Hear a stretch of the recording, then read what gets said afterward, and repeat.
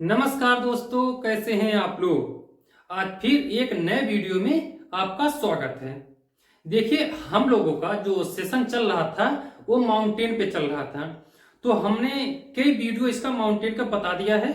जो north mountain यानी north के हिमालय जितने आते हैं और नॉर्थ ईस्ट यानी पूर्वोत्तर के हिमालय जितने आते हैं पूरी तरह से कंप्लीट हो गया है। और बाकी हम लोगों का जो प्रेजेंट में चल रहा है ये मध्य भारत के जितने हिमालय आते हैं इसके बारे में चल रहा है, जिसमें से हमारा 2 वीडियो हो गया है। और इसमें से अरावली श्रेणी हो गया है और विंध्य श्रेणी के बारे में कुछ हमने बताया था जो कैमूर पहाड़ी आता है। ये बारे में पूरा हमने बता दिया है। अगर आप लोग वीडियो नहीं देखे हैं तो जाकर के देख लीजिएगा। पिछले वीडियो में हमने ये बताया था कि जो विंध्याचल पर्वत श्रेणी या विंध्या पर्वत इसका नाम है। एक किसी प्रॉपर एक पर्वत का नाम नहीं है, एक कई पर्वतों का समूह है जिसको विंध्या पर्वत श्रेणी बोला जाता है। उसी में से हमने एक बता दिया है आपका कैमूर पहाड़ी जो आता है। अब अगला हमारा क्या आता है, सतपुड़ा पर्वत श्रेणी आता है। यानी देखिए जो विंध्याचल पर्वत श्रेणी है जो नॉर्थ और साउथ को अलग करता है। यानी जो भारत है, भारत को 2 पार्ट में डिवाइड करता है कि नॉर्थ और साउथ में विंध्याचल पर्वत श्रेणी जो होता है। और एक गुजरात, मध्य प्रदेश, उत्तर प्रदेश और बिहार तक फैला हुआ है अपना विंध्याचल पर्वत श्रेणी। क्योंकि ये कई पर्वतों या कई पहाड़ियों का समूह है जिसको हम लोग बोलते हैं विंध्या पर्वत श्रेणी, ठीक है। और ये जल विभाजक भी है, वाटर शेड जिसको बोला जाता है। वाटर शेड हमने पिछले वीडियो में बताया था कि विंध्या श्रेणी जो है ये गंगा यानी नॉर्थ में गंगा को अलग करता है और साउथ में नर्मदा रिवर को अलग करता है, ठीक है। इतना हमने कंप्लीट बता दिया है। आज हम लोग क्या समझेंगे, सतपुड़ा श्रेणी के बारे में। अब देखिए सतपुड़ा श्रेणी जो है यही है, विंध्या श्रेणी ये है और इसी के जस्ट यानी साउथ में है आपका क्या कहते हैं, सतपुड़ा श्रेणी, ठीक है। जस्ट विंध्या के पैरेलल है ये सतपुड़ा श्रेणी, ठीक है। अब देखिए ये भी जल विभाजक है, वाटर शेड। ये पॉइंट आपको ध्यान रखने होंगे क्योंकि क्वेश्चन आपसे आपके पेपर में पूछते हैं। जल विभाजक मतलब कि 2 नदियों को वो अलग करता है, जो उस पहाड़ी को वही हम लोग बोलते हैं वाटर शेड। अब देखिए जो सतपुड़ा श्रेणी है ये नॉर्थ में आता है पर नर्मदा रिवर। अब हमने बताया कि जो विंध्या श्रेणी है इसके साउथ में आते हैं आपका नर्मदा रिवर।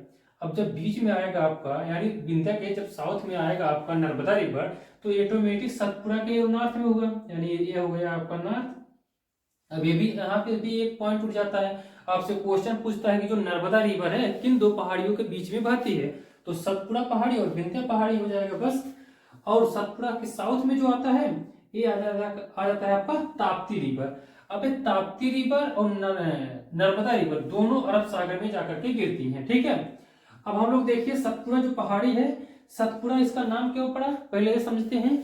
सतपुड़ा, पुड़ा मतलब होता पहाड़ी और सत मतलब होता 7, यानी सतपुड़ा जो है ये 7 पहाड़ियों का ग्रुप है, इसीलिए इसका नाम पड़ा सतपुड़ा।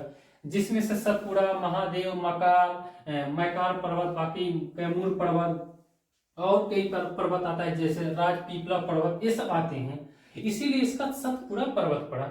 फिर एक बार ध्यान रखें कि विंध्या श्रेणी के साउथ में और उसके जस्ट समानांतर है आपका सतपुड़ा पर्वत जो वाटर शेड को विभाजित करता है नर्मदा नदी, उसके बाद से ताप्ती नदी। अब सतपुड़ा पहाड़ी की सबसे ऊंची चोटी कौन सी है, धूपगढ़ है जो मध्य प्रदेश में है। धूपगढ़ 1352 मीटर की इसकी हाइट है, ठीक है, धूपगढ़ के। और कहां पे है, मध्य प्रदेश के पंचमढ़ी में, ये ध्यान देंगे। अब पंचमढ़ी जो है ये देखिए सतपुड़ा रेंज है, इसी का एक पार्ट आता है आपका महादेव पार्ट, महादेव पहाड़ी। महादेव पहाड़ी पे ही है आपका धूपगढ़ जो सबसे ऊंची चोटी है सतपुड़ा की 1352 मीटर की ऊंचाई है जो मध्य प्रदेश के पंचमढ़ी में है, ठीक है। सतपुड़ा पर्वतों का समूह है, हमने बताया आपको। राजपीपला पहाड़ी ये भी काफी फेमस है, आपको ध्यान रखने होंगे, जो मध्य प्रदेश में है। महादेव की पहाड़ी ये भी मध्य प्रदेश में है, आपको ध्यान रखने होंगे। एक क्वेश्चन आपसे देखिए बहुत बारीकी से पूछता है और एकदम कंफर्म है कि जितने क्वेश्चन हम यहाँ बता देते हैं एक भी क्वेश्चन आपका बाहर से नहीं पूछेगा। पढ़ने के लिए पढ़ा जाए तो कई सारे वीडियो आएंगे इसके, लेकिन कोई मतलब तो है नहीं। हम लोग वही पढ़ेंगे जो हमारे पेपर में पूछता है। अब तक जो पेपर में आया है और आने वाले हैं सारे क्वेश्चन हम लगभग इस पे कवर कर देते हैं, कोई भी क्वेश्चन छूटेगा नहीं। बाकी पढ़ने के लिए हमने बताया कि पढ़ा जाए तो कई क्लास में होंगे, कोई मतलब तो है नहीं, इसीलिए ये सब पॉइंट ध्यान रखेंगे। और मैकाल पहाड़ी जो होता है आपका मध्य प्रदेश प्लस छत्तीसगढ़। अब एक पॉइंट और काफी इंपॉर्टेंट आ जाता है, अमरकंटक। आपने सुना होगा अमरकंटक की चोटी, तो ये मैकाल पर्वत पे ही है अमरकंटक चोटी। यहां से क्वेश्चन ज्यादा क्या उठाता है कि जो नर्मदा नदी है, एक नर्मदा नदी कहाँ से स्टार्ट हुआ है, यानी उद्गम जिसको बोलते हैं, उद्गम स्थल को ही हम लोग बोलते हैं स्टार्ट पॉइंट जो होता है।